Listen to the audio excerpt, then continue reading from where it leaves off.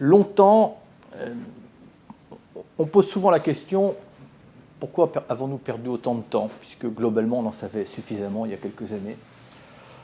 Oh, il y a un ensemble de raisons. D'abord, certains profitent de l'ajournement.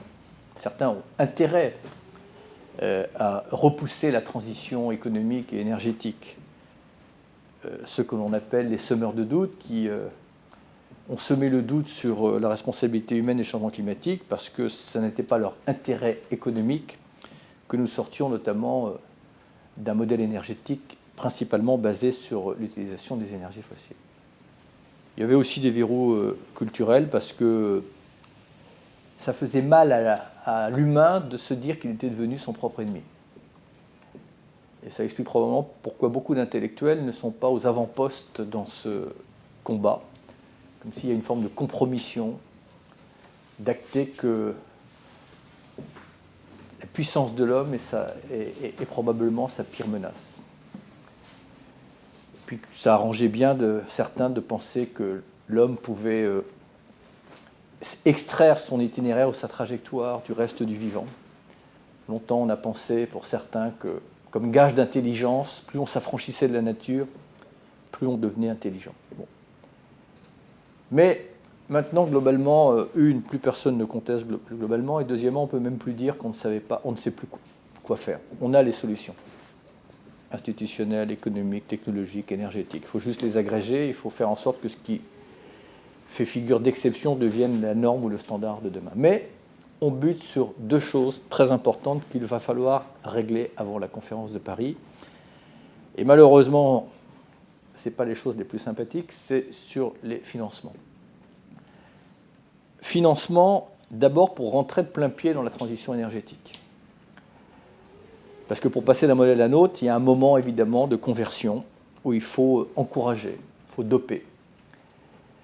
Et évidemment, dans un monde où l'argent fait défaut, y compris dans les pays riches, puisqu'ils ne sont riches que de nom et plombés par leurs dettes, si on ne sort pas d'une orthodoxie financière, si on reste dans les codes financiers, les pratiques financières existantes, on n'a aucune chance de combattre la pauvreté et de combattre les changements climatiques. Alors que nous n'avons pas d'autres options.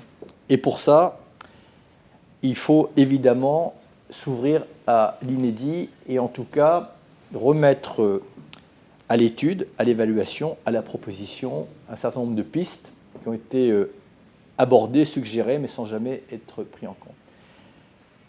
Si on veut rétablir la confiance avec notamment les pays du Sud, qui sont déterminants dans l'accord éventuel de Paris, ils ne se contenteront pas de vaines promesses sur des sommes qui n'engagent que ceux qui les énoncent.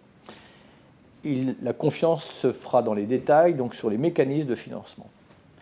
Et c'est là où on voit que les objectifs de développement durable, les objectifs du millénaire et les objectifs climatiques se rejoignent. On ne peut plus s'accommoder, compte tenu de la situation d'inégalité du monde et la situation climatique, qu'un pan entier de l'économie s'affranchisse de la solidarité. Et donc, c'est pour ça qu'il faut avoir une approche absolument intégrale et faire revenir dans le périmètre de la solidarité un monde de l'économie, un pan entier de la finance qui s'est organisé en toute légalité mais en toute immoralité pour ne plus participer à la solidarité. Il faut qu'on sorte de l'orthodoxie financière. Quand en 2008, devant la crise économique, le Fonds monétaire international n'hésite pas une seconde pour émettre des droits à tirage spéciaux, ce qui ne fait pas partie des coutumes de la finance. On le fait pour sauver des États ou on le fait pour sauver des banques, mais on ne le fait pas pour sauver l'humanité et la planète. Il faut sortir de l'orthodoxie financière, c'est-à-dire ne plus s'accommoder que chaque année 650 milliards de dollars soient affectés aux énergies fossiles, en subventions, en exonérations. Et il faut se faire à l'idée qu'on va basculer ces subventions pour la transition énergétique.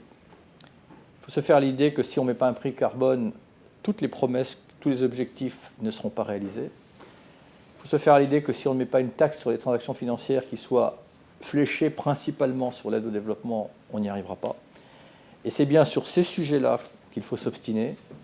Ce n'est pas les sujets les plus agréables à porter, mais tout le reste est mystification. La vérité, la pertinence, la cohérence, la crédibilité, elle est dans ces sujets-là. ce n'est pas l'argent qui manque, c'est son fléchage, c'est l'utilisation, c'est notre détermination. D'autant plus que la plupart du temps, il ne faut pas envisager ces investissements comme des dépenses, mais bien comme des investissements. Parce que si on avait une vision un peu plus macro des choses, on s'apercevrait que tout ça va nous faire économiser d'abord en consommation énergétique, et puis à terme en dépenses militaires, puisque la plupart des conflits qui nous coûtent des milliards de dollars chaque année à la communauté internationale sont directement ou indirectement liés à la sécurisation de nos approvisionnements en énergie fossile. Et donc à partir du moment où pour répondre au climat, on va donner la possibilité aux États de produire leur propre énergie à l'intérieur de leurs propres frontières, on n'aura plus besoin d'aller faire la guerre pour des raisons avouées ou dissimulées, et on pourra réinjecter cet argent pour l'éducation, le soin, la santé et l'aide au développement. Donc, le sujet des financements avant la conférence de Paris est un sujet central et sur lequel chacun doit forcer la main des interlocuteurs.